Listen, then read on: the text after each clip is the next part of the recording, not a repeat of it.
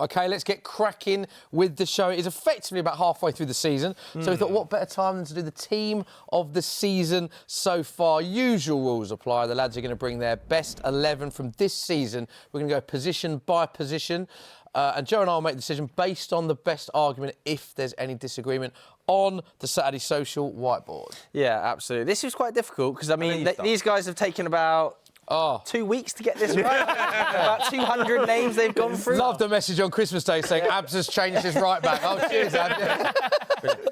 Goalkeepers then. Let's review your goalkeepers at the same time. Review them at the same time, I think. Okay. Yeah. At the same time. Because some of them there is a bit of agreement over. All right. Yeah.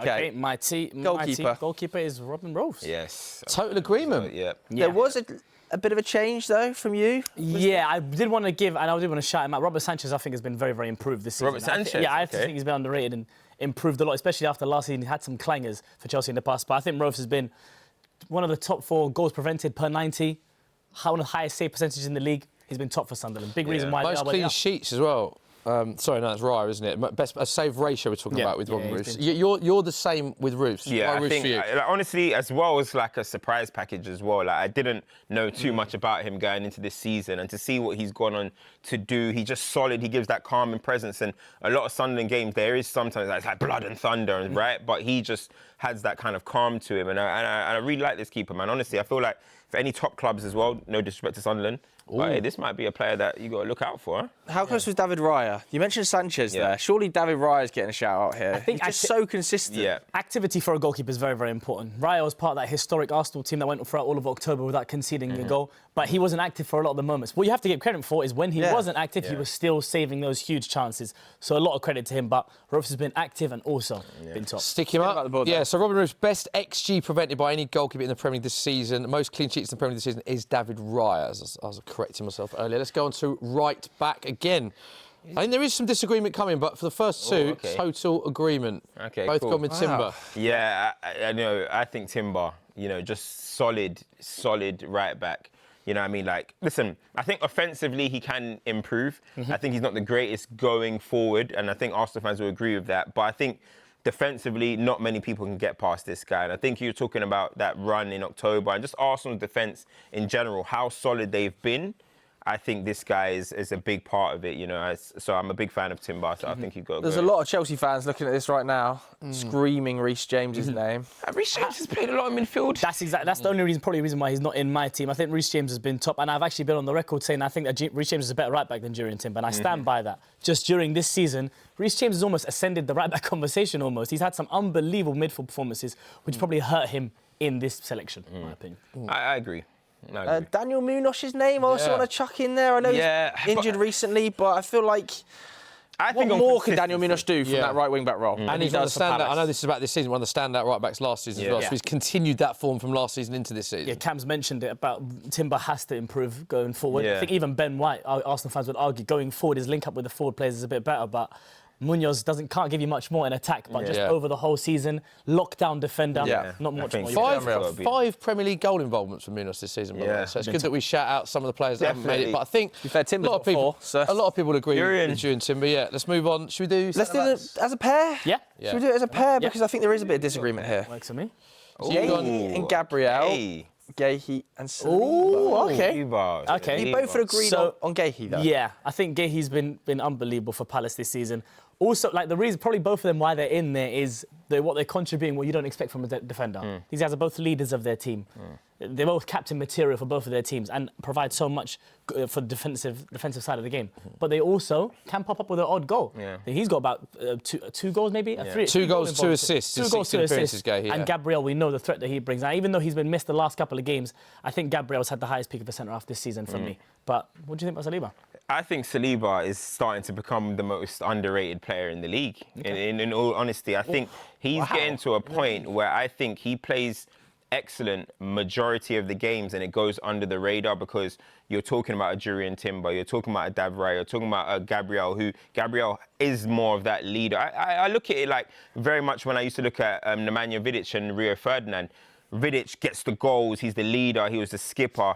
But Rio quietly will just have them performances where you don't need to make too much noise. But it's the same thing when you look at like John Stones and he's playing alongside Laporte, or he's playing alongside Kompany.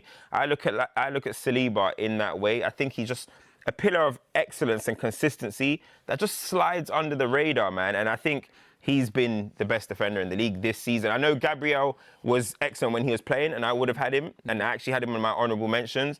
But that injury in the last few weeks, for me, is just what's knocked him down.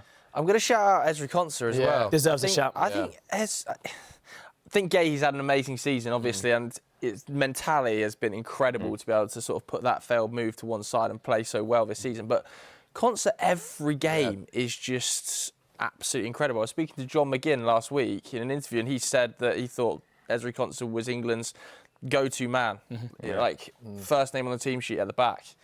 If that's the case, I think, he's got to be in this conversation. Well, Gay, he's actually had the Gay's in both of ours. Yeah, he's in both of our teams, so he's going to be in already. So the question over to you guys as the adjudicators. He's been missing. I love him.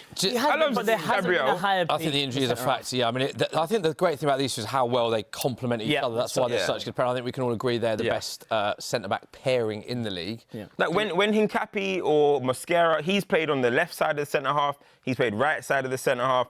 Whether he plays with Hincapi, whether he plays with Mosquera, whether he's playing with Calafiori, whether he's playing with Jurriën Timber, I think Saliba has just been consistent in holding down that Arsenal backline. If we look at what Arsenal have been unbelievable at, the set pieces have been such a big threat for Arsenal throughout this. If we don't have this guy in this team... He's only scored one goal. We won't be having any goals from corners. He's only scored one. I think it's Saliba. I think we actually Saliba, yeah. Sorry, Gabriel. The numbers speak for themselves. 6 goals conceded in 12 Premier League starts this season, Saliba. Arsenal conceded 4 goals in the 5 games he hasn't started. I think you could pick either of them, to be fair. And Arsenal fans, let us know what you think. But that is where we're at so far. Let's go to left back.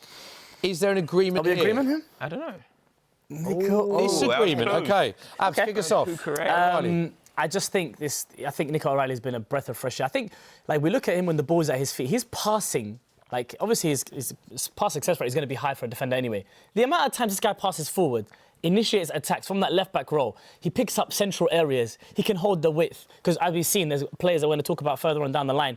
He allows other players to play really well. He's been top this season, unexpected. City are churning out another top academy player, and is fitting this left-back role unbelievably well. But Cucurella's been good, but I don't think nowhere near is going to be. Nowhere near! See, this is what happens. You know what I mean? This is what happens. This is what happens when you get carried away. I think Cucurella has been, again, if you're talking about consistency, I think every time I watch Chelsea, I know Cucurella is not going to let Chelsea down. He's becoming, for sure. I remember when I used to watch Azpilicueta for Chelsea, and every week you just knew 7 out of 10, and I think that's Cucurella now. And he's had critics, people say that he's sometimes a bit too chompy at fullbacks, but not many people are getting past this guy. And I think Chelsea, there's a lot of turbulence every now and again. You don't know who's going to perform week in, week out. And I think Cucurella is a guarantee. How many wingers have really given this guy problems? He's a top left back. We know that. But he's the best left back in the league. We didn't go into this season.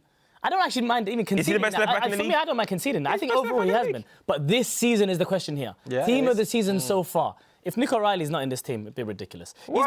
He's been top for Manchester City. Well, I don't know what you could argue. You got Mateus Nunes, because they provide the width. We've seen the difference in the way that City are playing now, where the fullbacks are providing the width and their wingers are tucking in and overloading central areas. Smithy, Joe... He's saying lovely words, but you know what I mean? He's saying like overload and that, so don't let him, get in your head. He looks like a midfielder. He's so comfortable on the ball. We're basing this argument. I think Abz has put forward a really... thank you so Oh much. my gosh. I agree. Thank you, Cams. Cucurella, the best left back in the league, not making it. He probably is. And he established himself this season as one of the best ever. No, he established himself last season. When he went back to back with Lamine Yamal and all that. Oh my, cool. And Saka, you're going to put it there? We're going with arguments. You're like 6'10", mate. I've got to be honest, Cams. I was edging towards Cucurella. Yeah. I've got to be honest. But with your I wouldn't have minded Cucurella. But it's a good debate, that one. Good argument. It is based on best argument. Let's go to DM next. So you've got 3 midfielders. Let's start with your DM. Yeah, just the 6. Yeah? It's hard to say here. How you've done your midfield. Throw a name up for us. A pivot. I've got Declan Rice. I presume you both. Do you have Declan Rice? He's in my team. But not as a deep line midfielder. But he wouldn't be a 6. Naturally, he wouldn't. Yeah, it's just I've got a pivot. It's a pivot. So you don't have Caicedo then? No, I don't have. You don't have the best 6 in the league in your team? No, I don't. But you don't have the best left back in the league. So That's good. Touche. How does that make sense? But yeah, I think Declan Rice. I've actually been a critic of Declan Rice in the past, and probably because of him playing in the six. I think his new role that he's been given this season, with Zubimendi being given more the license of dealing with picking up the ball from centre halves, he looks a lot more like the Declan Rice I was a bigger fan of at West Ham, where he's able to roam around. He was a bit like that last season with Thomas Partey. He's been like that. Yeah, exactly. They had that tandem then as well. But for me, Declan Rice has been consistent. Probably a team that people wouldn't expect me to play. That people wouldn't expect me to put in their team. But I think when he was asked to be a 6, he was limited.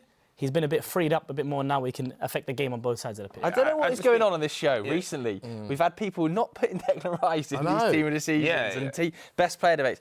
He's nailed on. Surely the most outstanding midfielder in the league this season. For me, I think Declan Rice has been excellent this season. Consistent. I think he's. I think Caicedo's a better midfielder. But that's a conversation for another time. I think what he offers Arsenal, you know what I mean, going forward, even the ball recoveries, his leadership, I think Declan Rice, honestly, is again, consistency, performance levels are high week in, week out. And I think because of this whole Caicedo debate and stuff, again, this is another one where I start to think, even though he is rated to a high level, he's actually quite disrespected as a player as well. He's got so much to his game as well. Yeah. You think about the goals that he scores, free kicks, tackles, interceptions. Just quickly though on those two though, as a United fan, if you could sign one, I know either are unlikely. Yeah, I'd sign Caicedo. Who would you take? I'd sign Caicedo. I think Caicedo's the best midfielder in the league. You mentioned about who's been outstanding this season.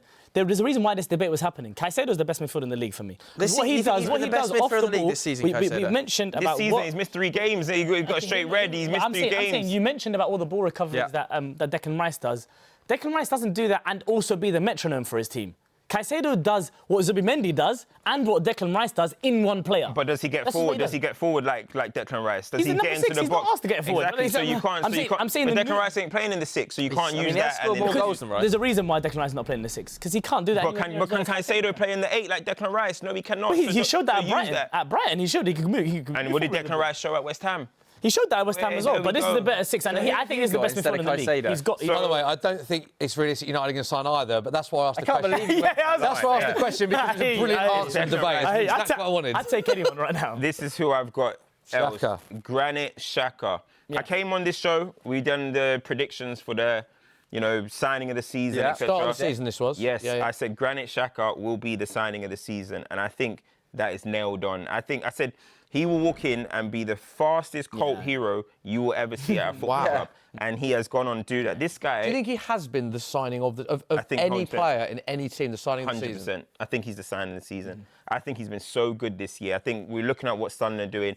Eventually, they might catch up to them. They're not going to probably be at the Champions League level as they've been showing. But he has been so key for them. He's a leader of that club. The fans absolutely love him. Whether he's popping up with last-minute assists, whether he's showing, dying moments of the game, just showing that kind of composure that they need to calm everybody down. I just think he's been so good, and he's galvanised that football club. And that performance in the derby as well. In the biggest games for Chelsea this season, I think about the goal against Liverpool. I think about even the comeback that they had against Newcastle. A big part of that was about Caicedo coming back into the team. Signing of the season. What about the Arsenal game? When the whole build-up was about Declan Rice and him. You can have the signing of the season, or you can have the best midfielder in the league in your team. I think it would be. I think it would be disrespectful to the establishment. No way. You base your entire argument for Nico O'Reilly on overperforming expectations this season, and we gave you that. I think we have to give it to Granit Xhaka. That's a good cop out. Yeah, Granit Xhaka. Thank you very much, mate. There we go. By the way, Xhaka was in my honourable mention. I think Caicedo was in mine too. Is a big omission. Here he goes. I think Caicedo's a big omission if we don't get him. I think if Caicedo's not in this team, we all look like melons. I'm just letting you know that there. Fuming we don't have Caicedo. As they should be. They shouldn't have got a red card 3 games out. So getting one red card in a game. So just to be clear, getting one red card in a game signs you out of being in a Premier League team this season. 3 games. Well, that's an interesting precedent. We have still got space for one more midfielder. Let's see. So, AM, who have you gone with? I've gone with Phil Foden in the 10 for me. There we go. He has to be in the team. The redemption story of the year. I feel like last year was a really down period for him. And, a lot of disrespect was thrown at him. He was the player of the year just the season before, but it's like that got completely washed away. And I think the way he's come back this year, him and Haaland's obviously unbelievable, but City needed someone else to be a running mate for Haaland, and he stepped up to that. He's scoring important goals. There was a period, I think, when they've started this 5-game win streak or 6 games, about 3-4 of those games, Phil Foden's fingerprints were all over those wins. So this little run and resurgence where City are chasing down Arsenal, you can thank Phil Foden to that as well, massively. So I've got to put him in there. 6 goals, six goals and 1 assist in his last 5 Premier League appearances. He's on some form at the minute. No Morgan Rogers? I wouldn't put him in the 10 anyway. I think he's playing off the left-hand side. Fine. But I think Phil Foden's been So you're agreeing with he's on a Foden's he's on a PFA. If it's Foden versus Caicedo for the 3rd midfield spot, I'm going Phil Foden, mate. No, but it shouldn't be. I'm going. Well, it is though. You don't try and write your mistakes now, John. You decided that Caicedo's not on your team. Phil Foden's got to be in the 10. Put Phil up then. Go on, Phil. Next up. So where do we go next? Should we go left or right? Let's go right wing. Yeah. Can do right wing, yeah. Yeah. Oh, Shirky Ryan versus Shirky. Semenyo on the right. Semenyo on the right. Yes. How do I say this without being too hyperbolic? I think this guy is just unbelievable at the game. And I understand, this is probably the person that didn't stick to the consistent principle that I was saying throughout what your performance has been like this whole season, because he hasn't played and started a lot of games. But the games that he has started, if Phil Foden's in your team, there's a reason why. And it's because of players like Ryan Shirky elevating City. Like, almost every single game state you can imagine, Ryan Shirky has a solution for. If you're playing against a low block, he will find those intricate little passes in and around. The assist that he got for Phil Foden a couple of weeks ago. Yeah. Rabona on his weak foot. Gorgeous football to watch. He is. Absolutely He could, like, he has the ability to be the best player in the Premier League. But like, that's how high. He's trying to sweep me up. I love Cherky, but this is the entire. I hear that. Far. And Semenyo, your argument, I presume, is going to be he's been. I think Semenyo, he started the season really well. Yeah. He did. Started the season on fire. Then he did have a little bit of a drought, but he's starting to find his feet again. Obviously linked to Manchester City. And I think just what he's offered, I mean, 8 goals. I think it's 8 goals in the league. 8 goals and 3 assists. 3 assists, that's 11 goal contributions for a Bournemouth side, you know what I mean? And I think Bournemouth are even sliding down a little bit, you know what I mean? Not having as good a season as they started. But I think Semenyo has been, again, such an important player for them, putting the goals down. And he's showing why he's one of the most sought-after players in the Premier League. That pace, that power, that finishing off both feet, goals against Liverpool. You know what I mean? I'm a big fan, so I think he should be in. I think we have to have Semenyo in this team. I mean, I love Ryan Shirky. Yeah, and so do we. I think it's a good shout as well. The headline is Cams doesn't have Shirky in his team. The fact that only 2 players have got more goal contributions than Semenyo. One of them's Haaland. I mean, and as you said, linked with pretty much all the top 6 are linked with him now. It looks like it's going to Man City. We'll discuss that later. But I just think we have to have Semenyo in this side. Slightly out of position, but it works. He can play on the right as well. Yeah, he can play on the right. Yeah, putting him on the left, you've got, we were speaking about it earlier.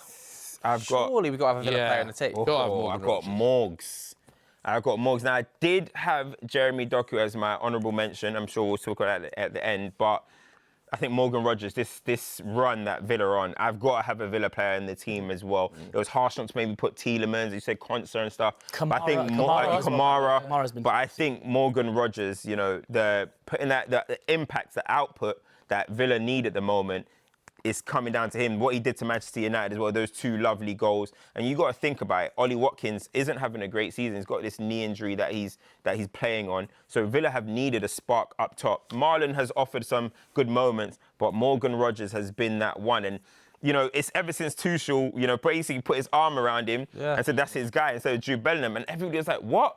And Morgan Rogers said, listen, this is exactly why. And I haven't seen Cole Palmer do this in a while. You know, he's taking it back, right?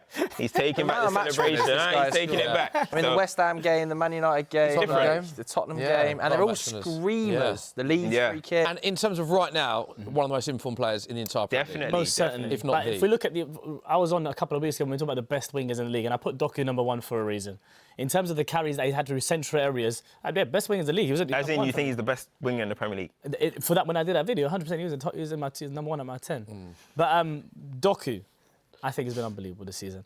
The carries that he had in central areas, I mentioned Nico O'Reilly, and if we're doing this team, how this team would potentially line up, having that tandem between Doku and Riley on the left-hand side would be brilliant as well. But yeah, it's almost something I didn't see from him in the last couple of seasons, him being in central areas, that spin turn that he does and just straight drives through attacks almost single-handedly. I think if we want this team to be successful, Jeremy Doku better be on the left-hand side. I think Doku has had the performance of the season. I think that performance against Liverpool it's ridiculous. is the best performance of any player this season. Yeah. I think over 90-minute games, I would say that he's been brilliant. But I just can't think forget Morgan Rogers. I know John McKean was saying it with you when he's talking about the reason why I wasn't working for Villa because he had a very long stretch of that season where he wasn't great. I think over the whole campaign, the output might not be there, but if you've said, like you said earlier about City, we're talking about the stretch of the whole season performance level. We got to have a Villa player. Villa are on a 10-game win streak, and Morgan Rogers is spearheading that. I think we've got to have Rodgers in the team. But Doku, honourable mention for me. Very, very. Finally, striker. I wonder who you're going to have as striker. Igor Thiago? Might be Igor Thiago, you know. Igor Thiago, yeah. Well, I think he deserves a shout-out. It has to be Haaland. I mean, this is probably the easiest pick of the lot for you all. Yeah. No surprise. He's getting boring at this point now. And the link-up that he's having with so many different players, I actually think the scary thing about Erling Haaland, I think he's getting better in front of our very eyes, guys. The goals are always going to be there. But I'm seeing a footballer's coming out here. He's someone that's linking up, reverse passes, link-up play with all of these quick wingers around him. Erling Haaland, the scary prospect and the headline about this is that Erling Haaland is improving at very alarming rates. But people shouldn't have been surprised about that. I thought people are always very harsh when they're talking about him as a footballer because he was very young as well, and he was playing in a City team where everyone else was doing that type of stuff. They didn't require that from him. 19 goals so far. He's on track to even beat his 36-goal What's he record. going to finish on prediction? I think he's going to finish on 38. I think he's going to break through. I think this is the best pure 9 to ever play in the Premier League. Ever. How many will we finish on? I'll say 35. Oh, wow. 35 Premier League. Who's better than Haaland? He got to 100 goals in Who's a better 111 number 9? games, bro. Who's the better number 9, pure number 9 that you have seen in the Premier League? This is the best to ever play in the Premier League. Yeah, let us know. It's a good question. Thierry Henry is the best player to ever play. But this is the best number 9, isn't it? In terms of goals, because let us know at home. Yeah, there is confirmation of Cams and Abz' team of the season so far. Let us know what you think of that and Cams' question. Get involved in the comments. Enjoyed that.